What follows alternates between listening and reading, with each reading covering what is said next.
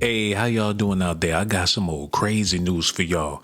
People accusing Bill Cosby and Oprah Winfrey of having something to do with Malcolm-Jamal Warner's death because he was starting a new podcast that was going to put Oprah out of business. This podcast was all about waking up black people, and if he would have did that, every beauty supply store would have went out of business. Plus, his name was Malcolm Jamal.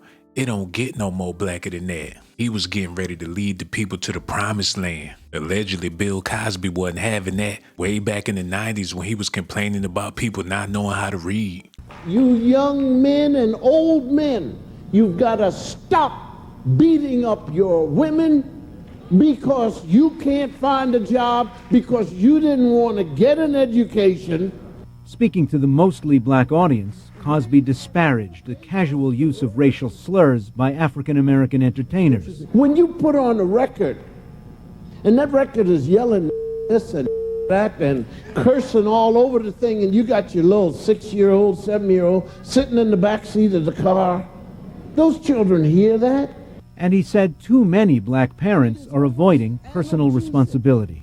It is almost analgesic to talk about what the white man is doing against us.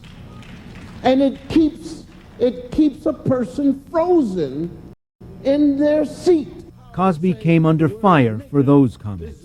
It gives a society that may have racist tendencies at times to see it as a pass, an excuse, and say, see, they're not doing for themselves. While so many African Americans are working very, very hard. It was the second time in 2 months Cosby's remarks drew controversy. In May at Howard University, Cosby said this: "The lower economic people are not holding up their end in this deal. These people are not parenting. They're buying things for kids, $500 sneakers, for what? And won't spend $200 for Hooked on Phonics." He further clarified those remarks on PBS's The Tavis Smiley Show in May. What I'm saying here, and the mistake I made, was in saying that there are people who are striving and working in the lower economic area. The people who are not holding up their end is quite obvious to me, and that happens to be those people who don't have a clue in terms of what education, learning standard English, math, and graduating from school, what that has for them in terms of empowerment. The black community made it seem like Bill Cosby was wrong for what he said.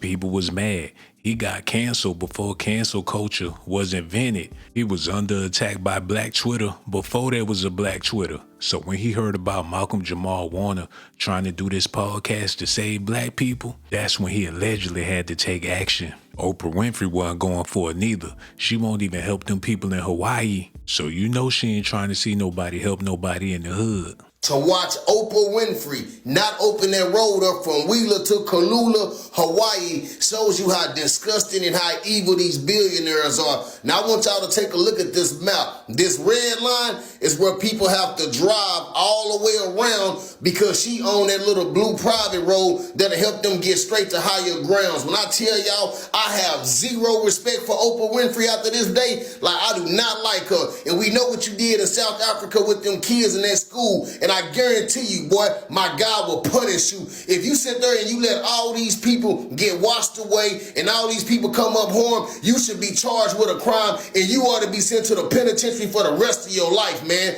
Hawaii, we gonna pray for y'all, and I hope y'all knock down whatever barricades they got and y'all drive right through her land. Nobody deserves to perish when y'all got a quicker way to get to higher grounds. Please, Hawaii, I'm telling y'all, do what y'all gotta do to be able to cross that little blue line. She don't own nothing. Though my God own this world. They don't own nothing. Let it be known, I don't believe Oprah or Bill Cosby had anything to do with Malcolm's passing. If anything, they loved that young man and wanted to see him win. But I doubt if they wanted to see us win.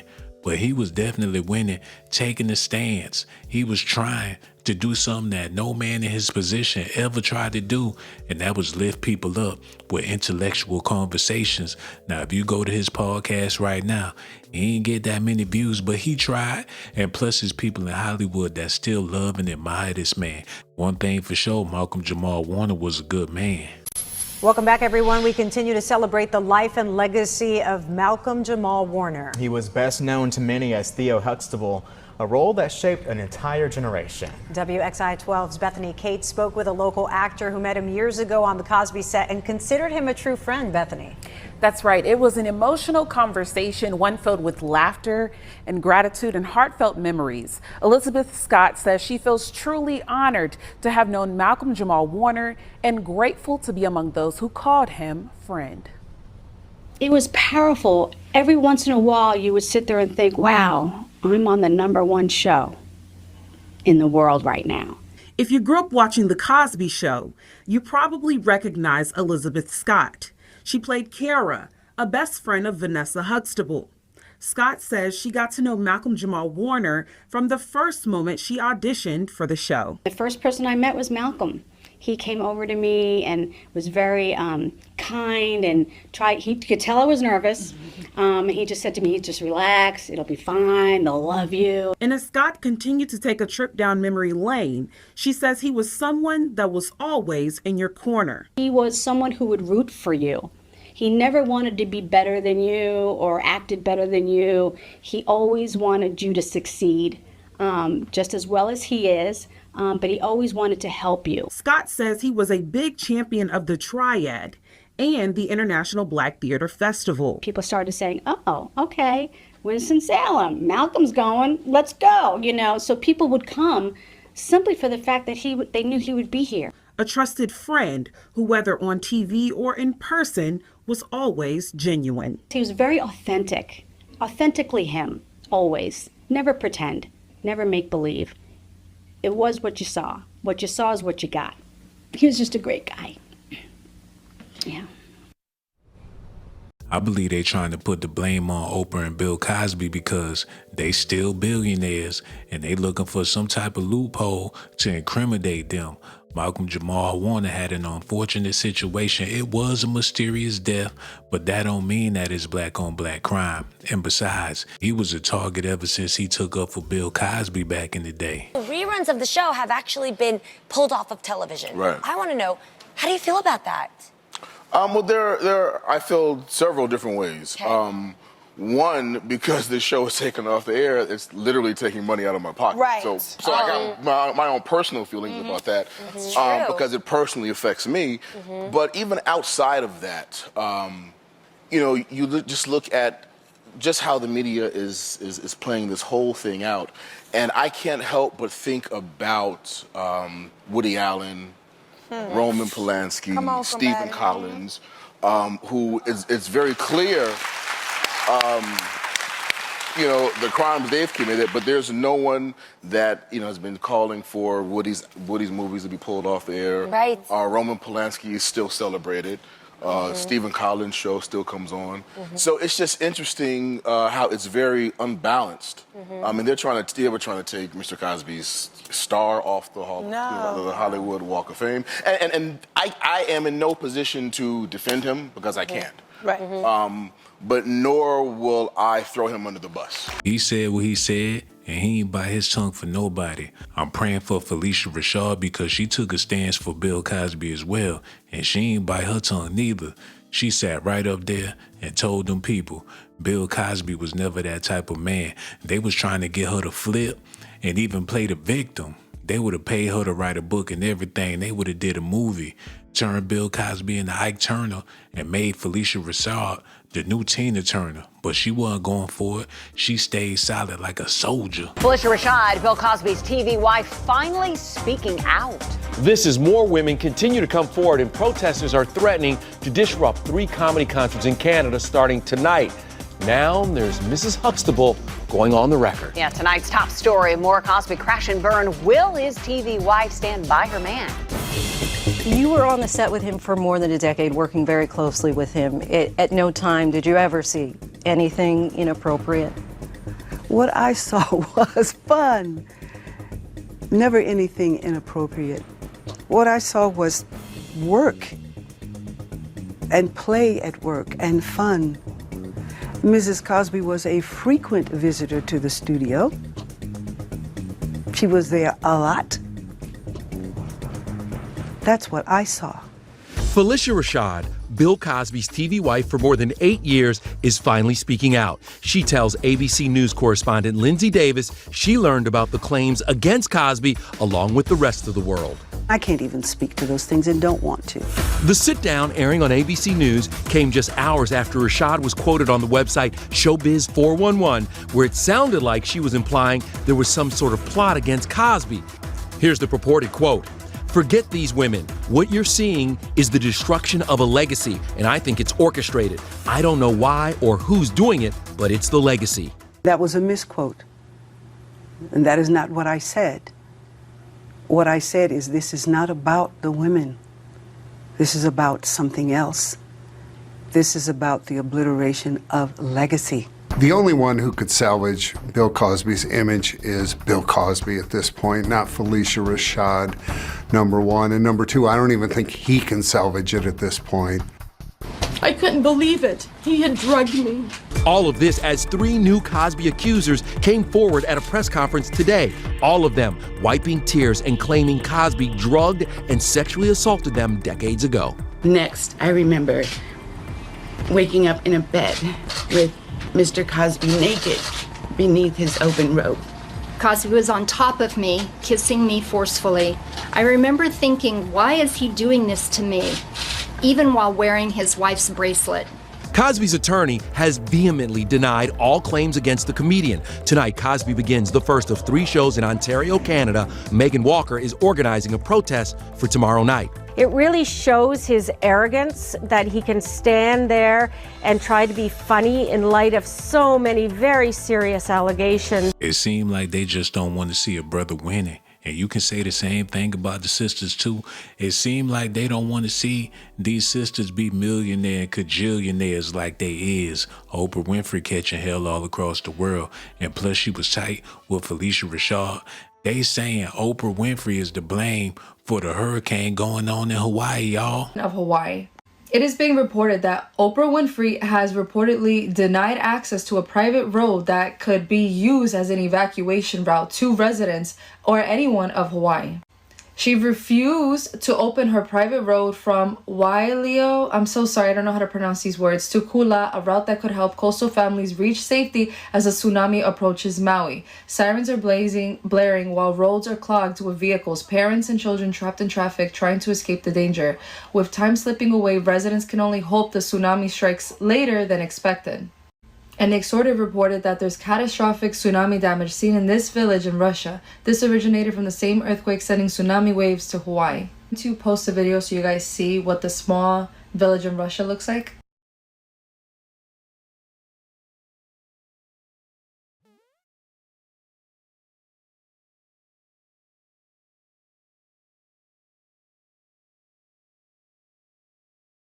And water has entered the streets in Japan. This is getting really scary.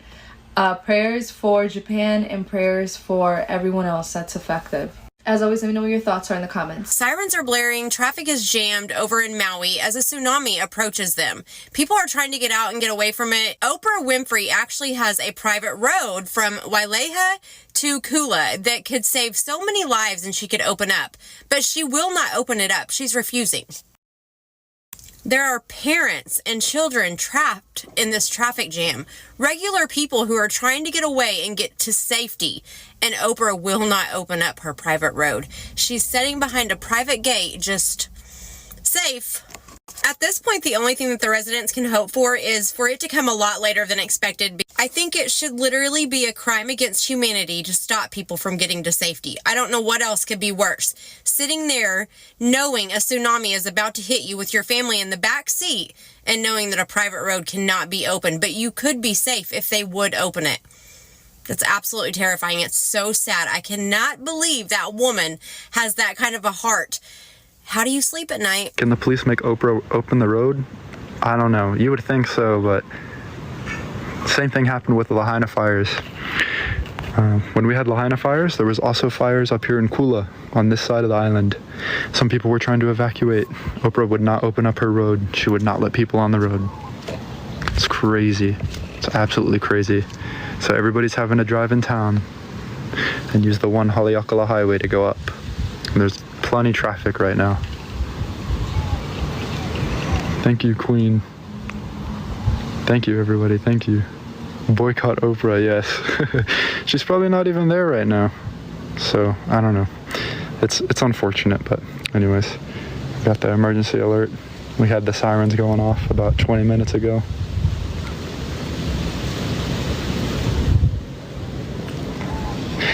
So the tsunami's coming, 7 p.m.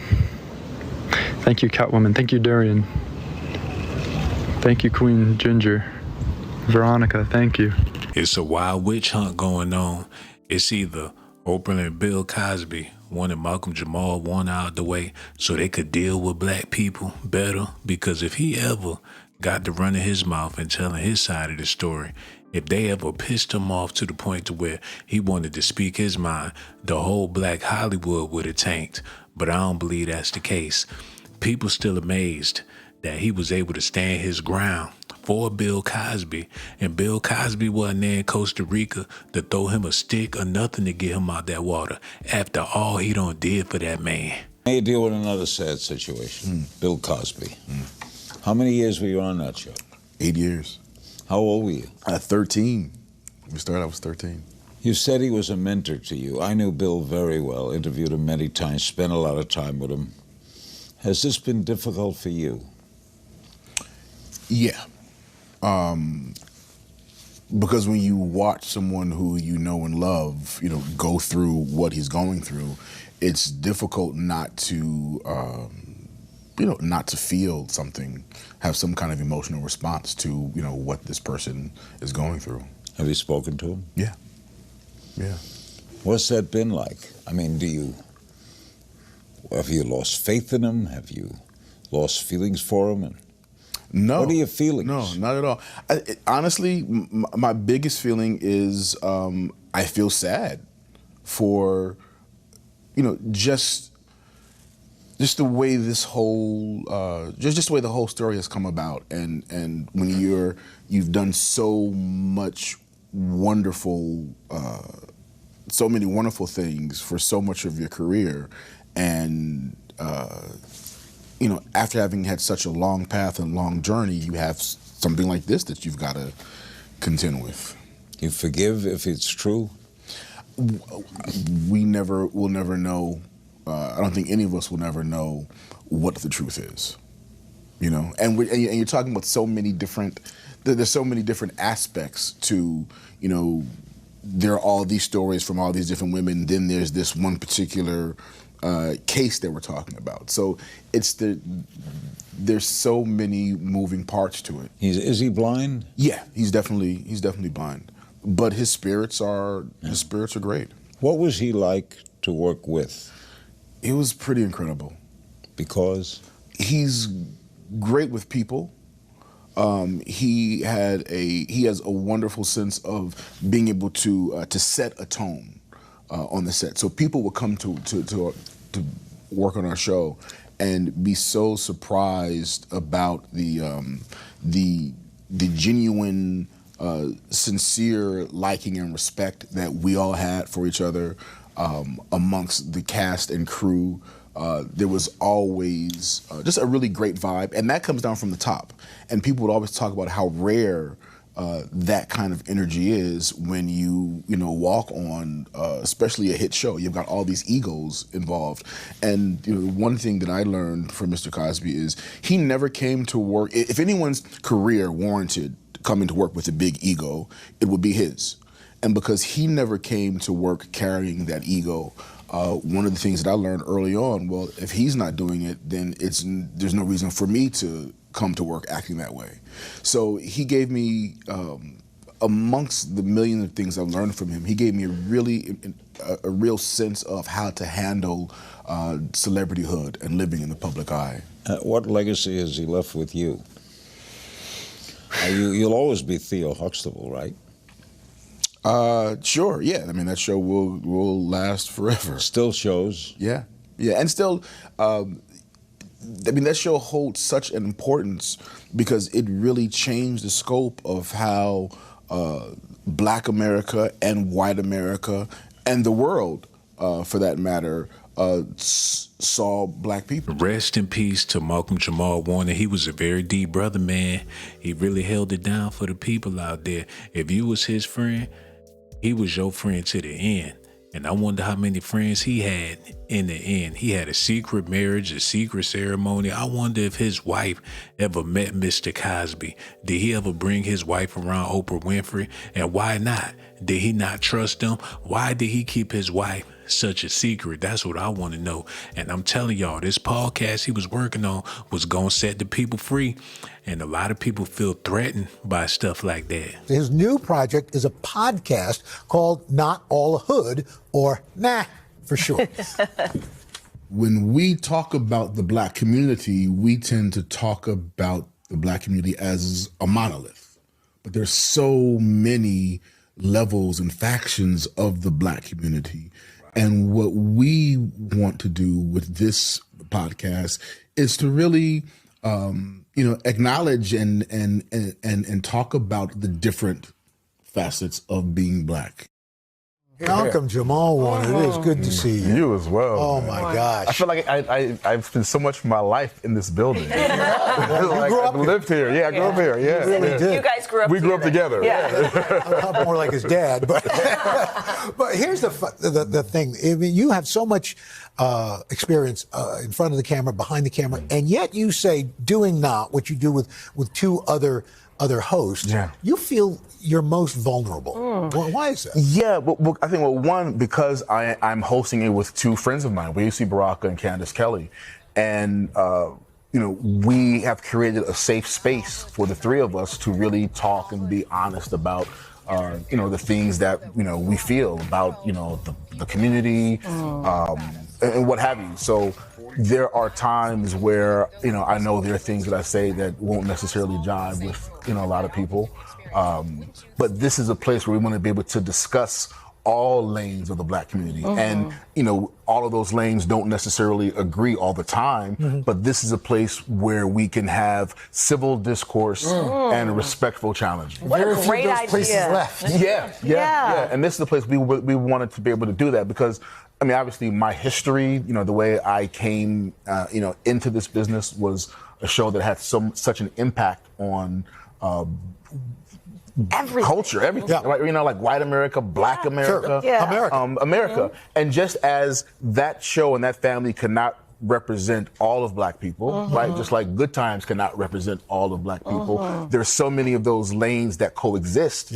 And even within those different lanes of the black community, we can acknowledge each other, and even if we don't agree, we can still acknowledge that respectfully that we are all part of the black culture. I admire that so much. You could have easily been like, drop the mic, I'm good. I'm for everybody, for the culture, I did this. But you've expanded. You got music, this podcast, poetry. Where did all of that come from? What in your upbringing helped you realize that you can do all of those things and keep evolving, if you will? I think a lot of it had to do with my mom. I tell the story all the time, and I'll continue to tell it till my dying day. We haven't heard it. When Cosby first hit, I was 14 years old, and the numbers were. It was a phenomenon out the box. And I'm 14, and my mom says to me, "Listen, baby, it's great that this show is the phenomenon that it is, but you know how this business is. This show could be over next year." She said, "What are you going to do when the show's over?" She said, "I can type. I can always get a job. But what are you going to do when the show's over?" So it's always had me thinking about longevity and knowing that being seen as a child star and then being taken seriously as an adult actor may not be a smooth transition. So I was always thinking about life after Cosby. And she was your manager. She was my manager for a long time. Pamela knew what she was talking about. Man, I'm here. I'm still here. And not just here, but so many iterations of you. Like I was a Malcolm and Eddie fan. Oh, yeah, so many iterations. And I've got my head on straight, my soul and dignity is intact. Like I've had a really wonderful journey, and a lot of that really had to do with my mom and my dad as well. The topics on the podcast. What do you got? What are some of the topics you guys cover? Oh man, so the first episode just dropped yesterday, and there's a whole big thing about use of the N-word. Y'all go there. It's the clip went viral. Like people on social media are You know, again, many of them agreeing, many of them disagreeing. Yeah. We talk about twerking. We talk about mental health in the black community. Which this is great. Taboo subject. So yeah, we cover a lot of ground. You got Father's Day coming up. Yeah, happy your Father's 7-year-old Day. daughter. Thank you. I'm actually gigging. I've got a poetry gig in Atlanta at City Winery. Really? Yeah. Poetry versus hip hop. Any inspiring words for us as we go to commercial? Wow, sure. Wow. Put you on the spot there. Vulnerability can be a scary thing, even when we're on the mend. Black boys boast bravado not to seem broken, and often so do black men. All right. I don't know how much more time I have. I got home more, but wow! Malcolm-Jamal Warner, it is so good to see you. Hey, you too. Please come back. Too, brother. The Not All Hood podcast is available to stream right now wherever you get your podcast. Nah. Hey, y'all got to let me know how y'all feel about this in the comment section. Do y'all feel like this podcast was going to take over the world? Do y'all feel like Bill Cosby and Oprah Winfrey was threatened by Malcolm-Jamal's power? They couldn't relate to black people like how he could. Y'all seen what Bill Cosby said had the whole country upset. He kept it so real, black people ain't even know how to feel. People still hate Bill Cosby for what he said, but it was true. It's a lot of grown men out here that don't know how to read and write and mad at their girlfriends, fiancés, because they got degrees and things. Y'all know it's the truth. Y'all let me know how y'all feel about this in the comment section, man. Rest in peace to Malcolm-Jamal Warner. And y'all can still go check out the podcast. I don't know who gonna get paid. His mystery wife gonna be balling. He need to let the world know, or he should have let the world know who the hell she was. Is that his wife? We don't know who she is. Who gonna get the check? But I recommend y'all go out there, listen to the Not Hood at All podcast. This for them bougie black people that graduated Alpha Phi Alpha Kappa Kappa Phi Alpha Kappa. Them bougie bourgeoisie, them boule Negroes out there. Y'all all need to listen at this. I got so much love for y'all, man. Make sure y'all do me a favor. Hit that like button, subscribe to the channel. And one more thing before I go. Everything you heard in this video is alleged allegations and speculations. Subscribe to my channel if that's what you want. Subscribe to my channel if that's what you want. But if that's not what you like, then you must be a punk. Hold on now, here we go. Who is this girl? She got that junk in her trunk. Baby girl, back it up, poke out your rump. It's S.A.T. that you want, and my music